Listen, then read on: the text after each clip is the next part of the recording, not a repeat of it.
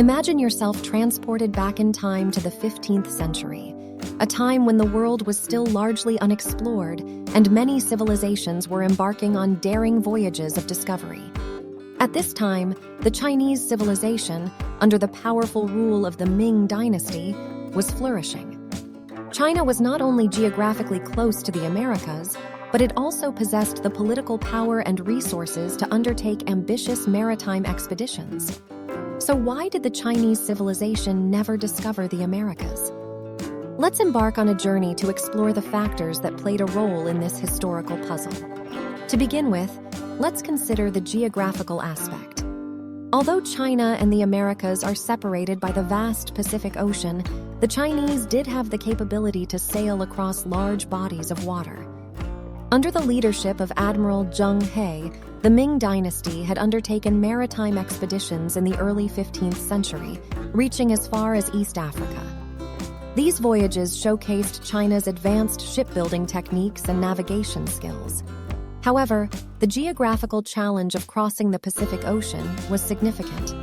The distance, combined with unpredictable weather patterns and treacherous currents, posed a formidable barrier for any civilization attempting to reach the Americas.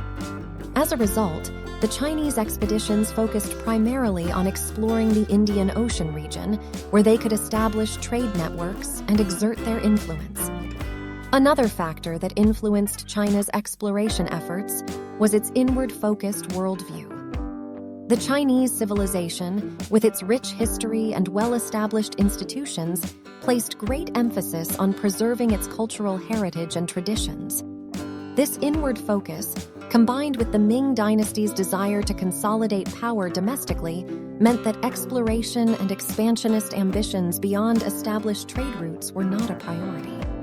As Jonathan D. Spence, a historian and expert on Chinese history, explains, the Chinese civilization was self-sufficient in many aspects. It had a vast landmass, abundant resources, and a flourishing economy. This, coupled with a strong centralized government, reduced the immediate need for overseas expansion. Moreover, during the Ming dynasty, China experienced a period of isolationism.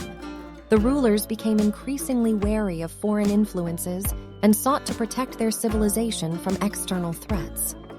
This inward turn coincided with the time when European powers, such as Portugal and Spain, were venturing into the unknown seas, driven by a desire for wealth, power, and new trade routes. The European nations, unlike China, faced different circumstances. For instance, the Portuguese, under Prince Henry the Navigator, were driven by a need to find alternative sea routes to bypass the Ottoman Empire, which controlled overland trade routes to Asia. This geopolitical pressure propelled European nations to invest heavily in maritime exploration, ultimately leading to the discovery of the Americas by Christopher Columbus in 1492. Robert D. Kaplan, a geopolitical expert, notes that Europe's divided political landscape and competitive nation-states spurred exploration. Each nation sought to outdo the others in wealth, power, and influence. In contrast, China's centralized government and lack of external pressure further diminished its motivation for ambitious overseas exploration. Another aspect to consider is technology. While China was known for its advancements in shipbuilding, it lacked certain key innovations that played a crucial role in European exploration. The Chinese, for instance, relied primarily on the stern-mounted rudder, which limited their ability to maneuver in strong ocean currents. In contrast, European ships, such as the caravel, were designed with a combination of square and triangular sails that allowed them to sail more efficiently against the wind, enabling longer voyages. Additionally, China had an impressive civil service examination system that attracted the brightest minds of the empire. These scholars, though talented in various fields, did not prioritize exploration or naval ventures. Their focus was on administration, governance, and the preservation of Confucian values, which formed the backbone of Chinese society. As Jared Diamond, a historian and author, points out, China's highly centralized bureaucratic system and reverence for tradition limited its ability to adapt quickly to changing circumstances. This rigid structure, while beneficial in some aspects, hindered the nation's ability to take risks and engage in bold exploration. The lack of a strong impetus for expansion, combined with technological limitations, inward-focused policies, and a bureaucratic system that prioritized stability over risk-taking, all contributed to the Chinese civilization's limited engagement with the world beyond its borders. It is important to note that historical events are complex, and multiple factors shape their outcomes. While we can analyze various reasons behind China's lack of discovery, it is essential to avoid deterministic narratives that oversimplify history. History is a tapestry woven by the interactions of countless individuals, societies, and circumstances.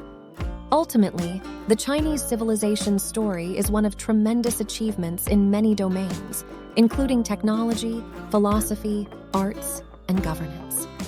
Its contributions to human civilization are immeasurable, but the exploration of the Americas, in the context of the 15th century, was simply not a path that it pursued with the same fervor as other civilizations of the time. As we reflect on this historical puzzle, it is fascinating to consider how the currents of history can be shaped by a combination of geographical, political, cultural, and technological factors.